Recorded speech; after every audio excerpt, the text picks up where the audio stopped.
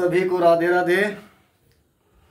केवल सपनों को देख देख राह नहीं मिल जाती है, कर्मों से भाग्य बदलता है, गीता हमको सिखलाती है। आइए इन पंक्तियों के साथ यूनिक हिंदी क्लासेस से जुड़ते हैं। सभी लोग चैनल को सब्सक्राइब करें, अधिक से अधिक संख्या में वीडियो को लाइक करें, शेयर अवश्य करें। ये अलंकार की आपकी कक्षा है। आज उत्प्रेक्षा अलंकार आपको बताया जाएगा। अभी काफ़ी वीडियो अपलोड कर दिए गए हैं, सभी को आपको देखना चाहिए। जीवनी और रस छंद अलंकार से संबंधित अधिक से अधिक संख्या में वीडियो अपलोड हो गए हैं। आप नियमित रूप से चैनल पर बने रहें, देखते रहें, पढ़ते रहें, अध्ययन करते रहें। आइए आज उत्प्रेक्षा अलंकार आपको पढ़ाया जा रहा है। उत्प्रेक्षा अलंकार परिभाषा की बात करेंगे, लक्षण की बात करेंगे।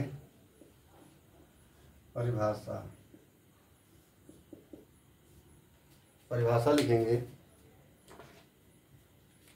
जहां काव्य में उपमेय में उपमान की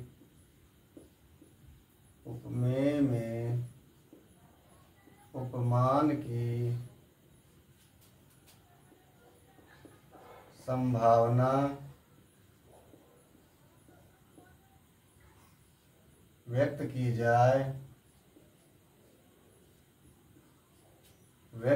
जाए वहाँ पर उत्प्रेक्षा अलंकार होता है। वहाँ पर उत्प्रेक्षा अलंकार होता है।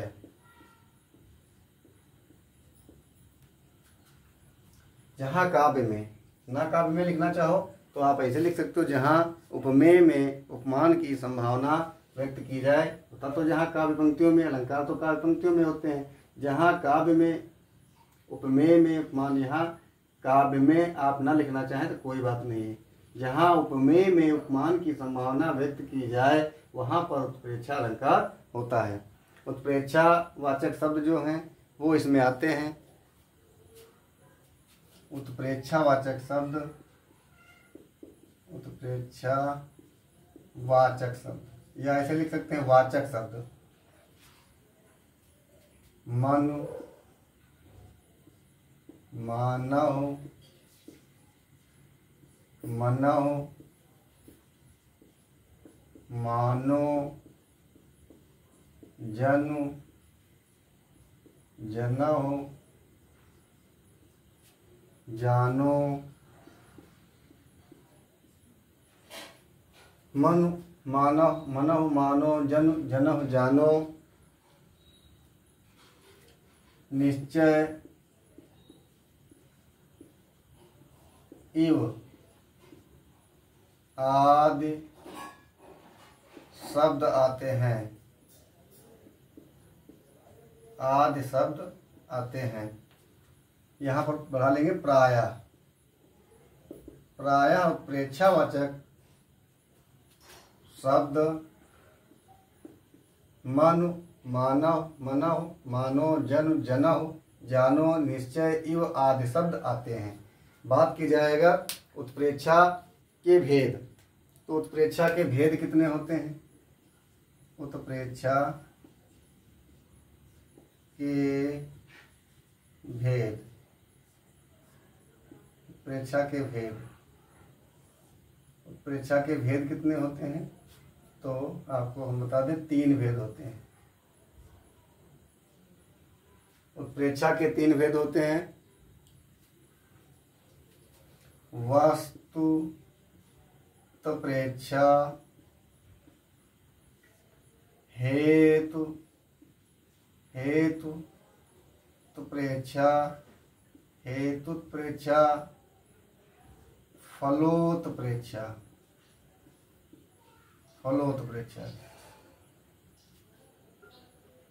वस्तुत्प्रेक्षा, हेतुत्प्रेक्षा, फलोत्प्रेक्षा।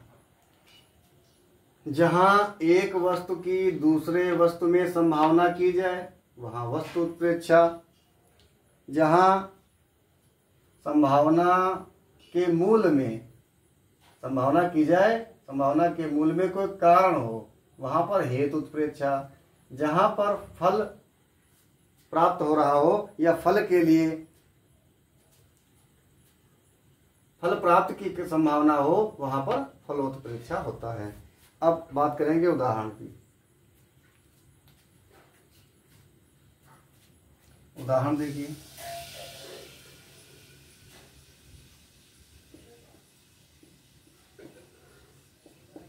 बिहारी जी का बहुत बढ़िया दोहा है। चमचमात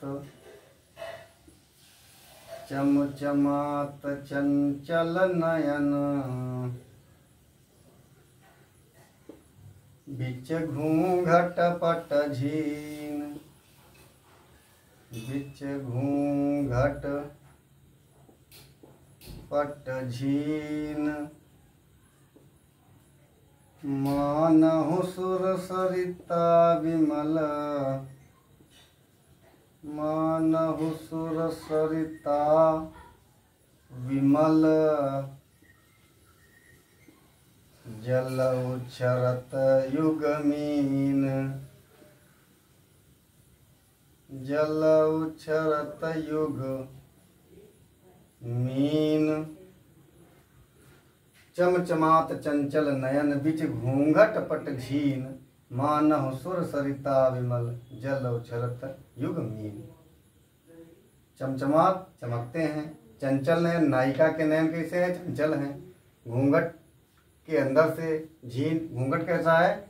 साड़ी पहने हुए है नायिका, घूंघट जो है वो हल्का है जिससे उसके नेत्र दिखाई पड़ रहे हैं। दोनों युगल नेत्र इस प्रकार से चमचमा रहे हैं जैसे देव नदी या गंगा नदी में मछलियों का जोड़ा उछल रहा हो, इस प्रकार से। ठीक है, विमल माने निर्मल होता है। अगला उदाहरण देख लो, एक और। अस कहे, ये दोहा एक उदाहरण नंबर, ये दो उदाहरण नंबर। अस कहे, अस कहे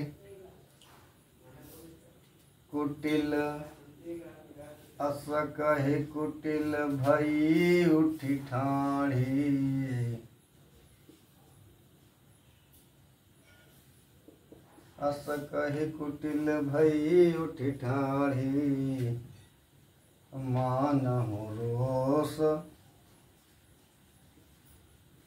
रोष माने क्रोध। तरंगिनी बाढ़ी, तरंगिनी माने नदी होता है। मानहु रोष तरंगिनी बाढ़ी, ये क्या है? अयोध्या कांड की चौपाई है। राम के वनवास के समय की बात है। अस कहे कुटिल भई उठी ठाणी, मानहु रोष तरंगिनी बाढ़ी। कैकेयी को जब महाराजा दशरथ समझाने का प्रयास करते हैं कि अगर आपने राम के लिए 14 वर्ष का वनवास मांगा तो यह हमारे प्राण लेकर ही पूरा होगा। भरत के लिए राज्य मांगा, कोई बात नहीं है, चाहे भरत राजा बने चाहे राम राजा बने, मेरे लिए तो दोनों लोग समान हैं। मोरेओ राम भरत दुई आँखी, सत्य कहाऊं कर शंकर साक्षी। राम और भरत मेरे दोनों नेत्र के समान हैं, चाहे भरत राजा बने चाहे राम राजा बने।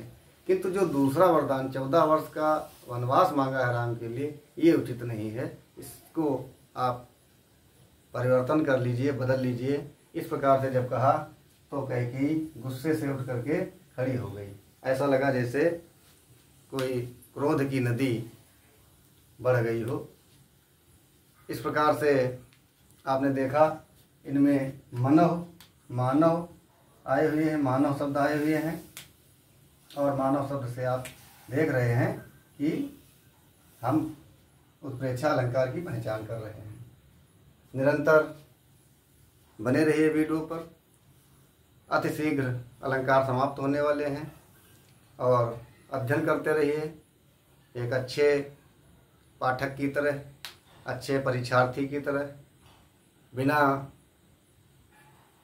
मन में दुविधा लाए नियमित रूप से अध्ययन करें और ईश्वर चाहेगा तो आपका परिणाम अच्छा आएगा। जय हिंद, जय भारत।